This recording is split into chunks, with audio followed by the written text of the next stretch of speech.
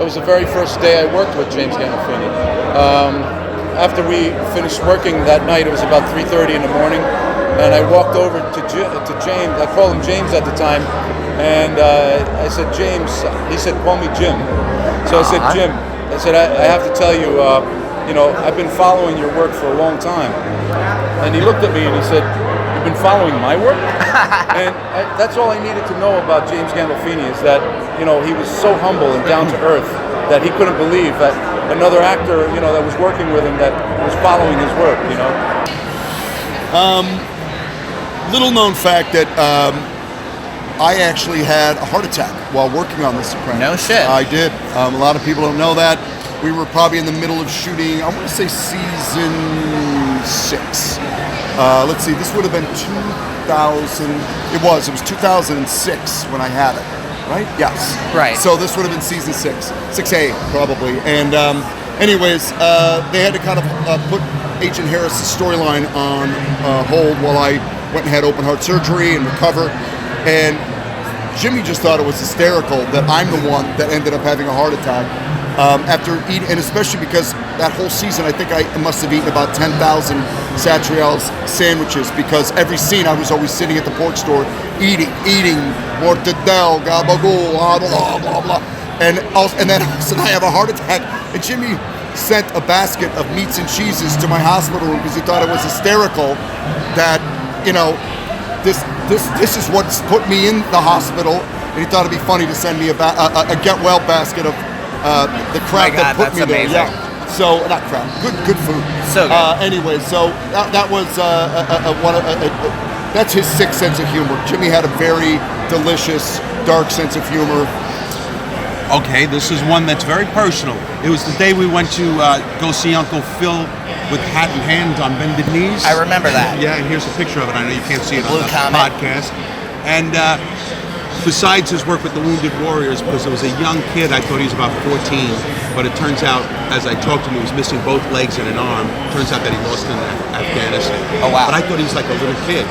But it turns out he lost him in the war, and that's when I found out that Jimmy was so involved with Wounded Warriors. But besides that, when I'm standing at the door talking to Butchie trying to get in, Jimmy had his hand on my ass for the entire scene off camera. So while I'm talking, he was cupping my ass, trying to make me laugh. Oh my God, there's so many, because Stephen was very close friends with Jimmy, so we saw him a lot.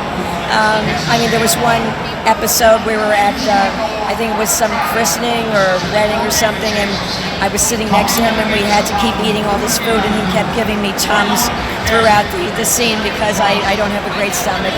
And also another lovely story with James is that he gave every single person in the cast and crew a gold watch at the end of the series. And mistakenly, I got a man's watch, and I told his assistant, and the next day he sent me a woman's watch and told me to keep the man's watch. So that's what kind of a generous person he was. Not going into detail, I had a very big financial problem where I almost went bankrupt. Okay. And he did a benefit for me, a roast, and he raised $175,000 for me. Wow. He didn't ask any questions. And he stayed until the end. He was the last one to leave, taking pictures with everybody if they would donate to him. It brings tears to my eyes just thinking about it. I brought my wife's father onto the set sometime because it was his birthday. Turned out it was Jimmy's birthday too. And Jimmy took him into his trailer, spent a whole day with him, got a cake for him, and the two of them were like old friends. It was unbelievable. There was one moment when they actually did change my hair back to dark again. There was a scene that got cut, but we had a lot of fun with that scene. Unfortunately, it got cut, but we were kidding around. He's like, hey, you finally got rid of that fucking blonde hair, right? What took you so long? And we just kept, there was a lot of bloopers with that. We just kept cracking up. So it was There was one night where we were working opposite each other, and I had a big scene the next day, and I had to deliver a few lines to him off camera, and production staff told me to go home because I had a big scene the next day, and I said no, but they insisted, so I insisted that they take me off the clock because I was going to deliver my lines to him off camera. Sure.